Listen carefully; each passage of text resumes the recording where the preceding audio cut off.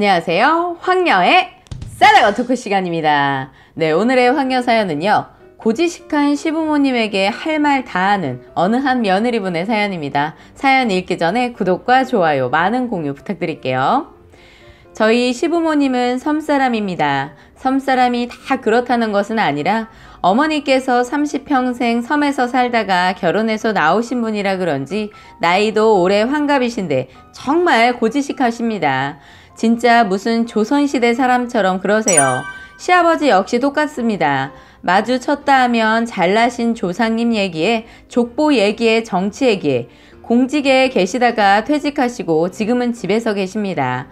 저희 시어머니 저 결혼하고 애 낳고 너무 힘들어 친정에서 일주일 쉬겠다고 했더니 결혼하면 친정에 가는 거 아니야. 멀리 하는 게 맞는 거야. 라고 그러시길래 그럼 어머님이 저 쉴 수 있게 몸조리 대신 해주세요. 그럼 그까짓 거 뭐 안 가죠 뭐. 진짜 본인 딸도 있으면서 어쩜 저러시는지 저는 시어머니 말하면 그대로 받아칩니다.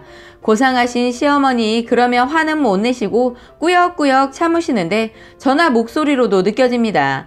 여튼 매일매일 안부 전화를 하시라는데 그냥 제가 알아서 이틀에 한 번씩 전화드리고 있습니다. 문제는 전화도 짧게 안 하세요. 지금 한창 손이 많이 가는 젖먹이 쌍둥이 둘이나 있는데 애가 꼭 빽빽 울어대야 그때야 전화를 끊으십니다. 근데 한동안은 제가 몸이 너무 좋지 않았어요. 그래서 며칠 전화를 못 드리게 되었고 결국 4일 만에 전화를 직접 하셨더라고요. 너 왜 연락이 없니? 제가 몸이 너무 안 좋아서요. 전화 못 드렸어요. 그래도 걱정되게 연락을 줘야지. 안 주니? 그렇게 걱정되시면 전화 끊어주시면 안 될까요? 제가 전화기 들을 힘도 없어서요. 아이고, 말을 하는 뻔세하고는. 그러시고는 끊으십니다. 그렇게 일주일 이상 전화가 단절되었었죠. 사실 무소식이 희소식 아닌가요? 일일이 안부 전화라뇨. 뭐 그래도 비유 맞춰드리고 그렇게 원하시니 전화를 드린 거였네요. 일주일 단절된 후 다시 전화를 드리기는 했어요. 뭐 맨날 할 말도 별로 없어요. 우리 아들 아침은 뭐 챙겨 먹여 보냈냐? 그냥 어제 먹고 남은 국에 밥 말아 먹여 보냈어요.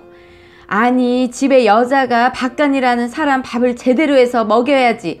국은 새로 해서 줘야지. 어제 먹다 남은 걸 주면 어쩌니? 아휴, 어머니, 제가 애가 둘이라서 그럴 시간이 없어요. 쌍둥이 안 키워보셨죠?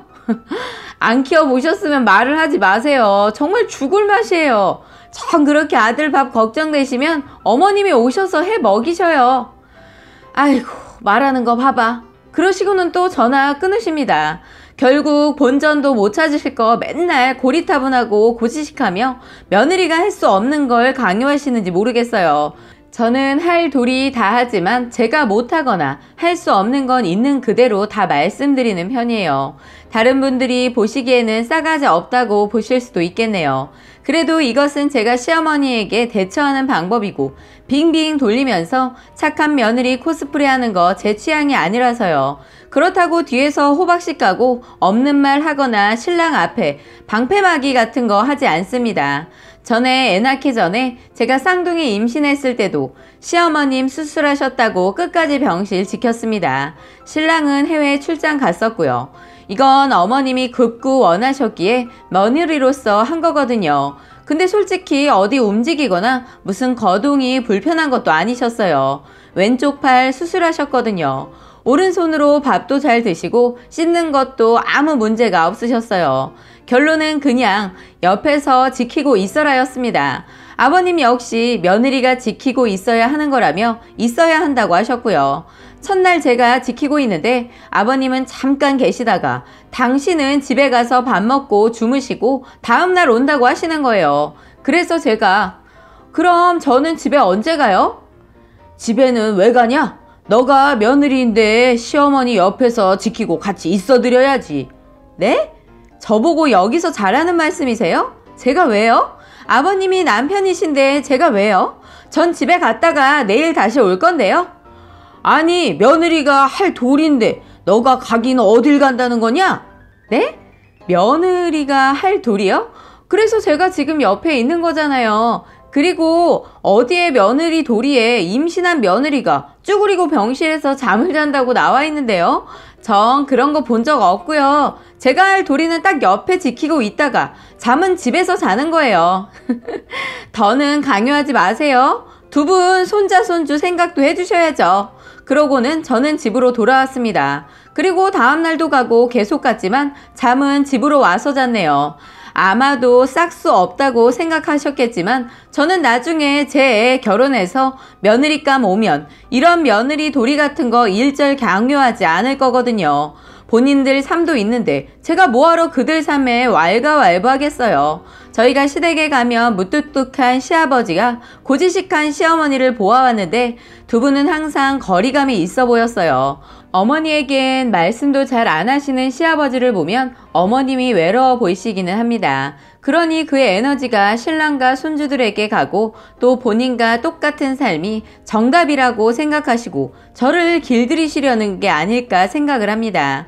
아버님은 하루 종일 바둑 두시거나 바둑 프로 하는 TV 보시고 시어머니는 진짜 하루 종일 부엌일만 하십니다. 그 나이대에는 친구들과 모임도 많이 가지시고 개모임 같은 것도 많이 하시던데 저는 한 번도 그런 데 가보시는 걸 본 적이 없습니다. 딱 보면 보수적인 아버님과 살면서 친구도 딱히 없으시고 종일 집에만 계시는 걸 보면 인간관계도 넓지 않으신 것 같아요. 외출을 하셔도 마트나 병원 가시는 정도고요. 딱 보면 답답하시기도 하지만 가끔은 안쓰럽게 보이기도 합니다. 그러나 저에게 강요하시는 모습 보면 그런 마음은 온데간데 없이 사라져 버리게 되네요. 또 가끔 저희 집에 오시면 본인이 원하셔서인지 아버님이 가자고 해서 오시는 건지 한번 오시면 2주일은 기본으로 있다 가시는데 사실 숨이 막히기는 하지만 부모가 아들 집에 오는데 손주들 보러 오시는 건데 뭐 어떠하리 하고 넘어갔습니다. 그렇게 두 분이 집에 계시면 심심하셔서 오시는 것 같았어요. 애들 태어나니까 너무너무 자주 오시는 겁니다. 거기다 가까운 거리에 사시는 것도 아니시거든요. 4시간을 차로 달려야 하는 거리에 살고 계시고요. 섬에서 나오신 건 아버님 퇴직하시고 나오셨습니다. 정말 오죽하면 옆집 아줌마가 정말 자주 오신다고 너무 싫겠다고 하면서 본인은 결혼하고 집에 시부모님 오신 적 단 한 번도 없었다면서 말하는데 좀 부럽기도 하더라고요. 그리고 제가 애 낳을 때 이런 일도 있었어요. 제가 좀 무리를 해서인지 조산을 했었거든요. 결국 제왕절개로 소변줄도 안 뺐는데 오셨더라고요. 근데 시어머니 애 낳은 지 이틀도 안 된 저보고 하시는 말이 근데 우리 아들 밥은 어떻게 먹고 있는 거니? 좀 어이가 없긴 했었어요.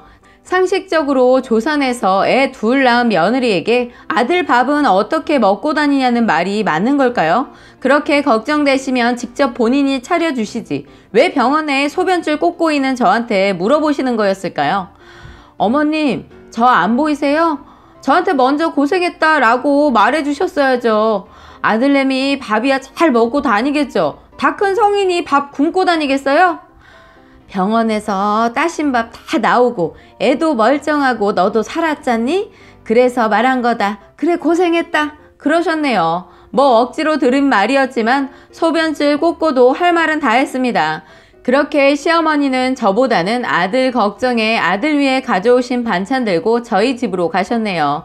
저도 뭐 어머니 옆에 계시면 더 불편하니 잘됐다 싶었네요. 그래도 저는 임신해서 시어머니 병실 계속 지키고 있었는데 저렇게 그냥 한마디 하고 가버리시니 서운한 마음도 생기기는 하네요. 참 시어머니와 저희 관계 좁혀질 듯 하면서도 좁혀지지 않는 그런 관계인 것 같아요. 저는 시어머니와 성격 자체가 너무 다르다 보니 저도 그렇고 시어머니도 그렇고 항상 삐딱선을 타고 가는 것 같아요. 아마도 시어머니가 저를 볼 때면 뭔가 며느리로서 하기는 다 하는 것 같은데 2% 부족한 며느리라고 생각하실 것 같아요. 시아버지는 아마 저를 싹 수 없는 애쯤으로 생각하시는 것 같고요. 전에 시어머니 병원 사건 이후 집에 오셔서도 별 말씀 안 하고 대꾸도 잘 안 하세요. 아주 굉장히 불편한 관계 같지만 저는 그닥 불편하지 않아요. 질문 안 하시니 대답도 안 하고요. 신랑이 출장도 자주 가는 편이긴 한데 제가 가끔 말대꾸 아닌 말대꾸를 해도 뭐라고 하지 않아요. 저의 그런 성격을 아주 매우 잘 알고 있고 결혼 전부터 연애할 때 많이 봐왔기 때문에 그런 걸로 트집 잡거나 하진 않아요. 그래서 요즘 고민은 시부모님이 집에 너무 자주 안 오셨으면 하는 겁니다. 이건 뭐 오셔서 아무 말도 없으시고 시어머니 저 길들이기 하시면 다 받아쳐 대꾸하고 뭐 요상한 분위기 속에 내 집인데 편하지 않은 그런 분위기가 너무 싫을 뿐입니다.